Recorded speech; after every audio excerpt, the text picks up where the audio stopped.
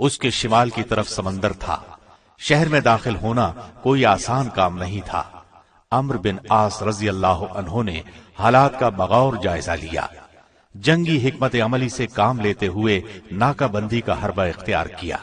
یہ حربہ نہایت کارگر رہا. باہر سے کوئی چیز اندر نہیں آ سکتی تھی. مجبور ہو کر فوج باہر نکل آئی. زبردست جنگ شروع ہوئی. مجاہدین جوش میں تھے. انہیں تلوار کی دھار پر رکھتے ہوئے شہر میں داخل ہو گئے. اسکندریہ کو فتح کرنے میں 3 ماہ لگ گئے. پھر تو تمام مصر ہی فتح ہو گیا. کوئی فوج ان کے سامنے نہ ٹک سکی. عمرو بن عاص رضی اللہ عنہ نے فتح کی خبر مدینہ طیبہ بھیجی تو سیدنا عمر بہت خوش ہوئے. خبر لانے والے کو گھر لے گئے. اسے کھانا کھلایا. کھانا روٹی اور روغن زیتون پر مشتمل تھا. بعد میں کھجوریں پیش کی. خوشی آپ کے انگ انگ سے ٹپک رہی تھی. مصر پر قبضے کے بعد عمرو بن عاص نے ایک نیا شہر تعمیر کرنے کا ارادہ کیا. شہر کا نقشہ زبیر بن عوام نے تیار کیا. اس کا نام فسطاط رکھا گیا. شہر کے متعلق جب امیر المومنین کو علم ہوا تو انہوں نے اس شہر کو مصر کا دارالحکومت بنانے کا حکم جاری کیا. عمرو بن عاص کو اس کا امیر مقرر کیا. مصر 20 ہجری میں فتح ہوا. سیدنا عمرو بن عاص نے اپنے دور میں مصر کو امن امان اور ترقی کے راستے پر ڈال دیا. سیدنا عمر فاروق کی شہادت کے بعد سیدنا عثمان رضی اللہ عنہ خلیفہ بنے. آپ نے عمرو بن عاص کی جگہ عبداللہ بن سعد بن ابی سرحہ رضی اللہ عنہ کو گورنر مقرر کر دیا اور انہیں مدینے بلا لیا گیا. سیدنا عثمان نے فسادیوں کے خلاف ان سے مشورہ طلب کیا. آپ نے ان کے ساتھ سختی سے نپٹنے کا مشورہ دیا، لیکن عثمان رضی اللہ عنہ نے اپنی نرم طبیعت کی وجہ سے یہ مشورہ نہ مانا. سیدنا عثمان کی شہادت کے بعد سیدنا علی رضی اللہ عنہ خلیفہ بنے. اس وقت شام کے گورنر امیر معاویہ تھے. سیدنا عثمان کے قاتلوں کے مسئلے پر امیر معاویہ اور سیدنا علی میں کشمکش شروع ہو گئی. اس سلسلے میں امیر معاویہ نے عمرو بن عاص کو مشورے کے لیے شام بلا لیا. اس وقت آپ فلسطین میں تھے. انہوں نے پہلے اپنے 2 بیٹوں سے مشورہ کیا، پھر امیر معاویہ کے پاس چلے گئے. آپ نے امیر معاویہ کا بھرپور ساتھ دیا. انہوں نے بھی اپنے دور میں عمرو بن عاص رضی اللہ عنہ کو مصر کا امیر مقرر فرمایا. اس حالت میں آپ نے مصر میں انتقال فرمایا. سیدنا عمرو بن عاص عظیم جرنیل اور کامیاب سیاستدان تھے. جرأت اور شجاعت کا پیکر تھے. عراق، شام اور فلسطین میں تہلکہ مچا دینے والے سپہ سالار ثابت ہوئے. مصر میں حیرت انگیز کارنامے انجام دیے. فاتح مصر کہلائے. اپنی فوج کا ہر وقت خیال رکھتے. آپ ایک کامیاب سفیر بھی تھے. اپنی تقریر میں شاہی درباروں پر سناٹا طاری کر دیتے تھے. 43 ہجری میں عید الفطر کے دن انتقال فرمایا. انا للہ و انا الیہ راجعون. Thanks for watching. Don't forget to like, comment, share and subscribe to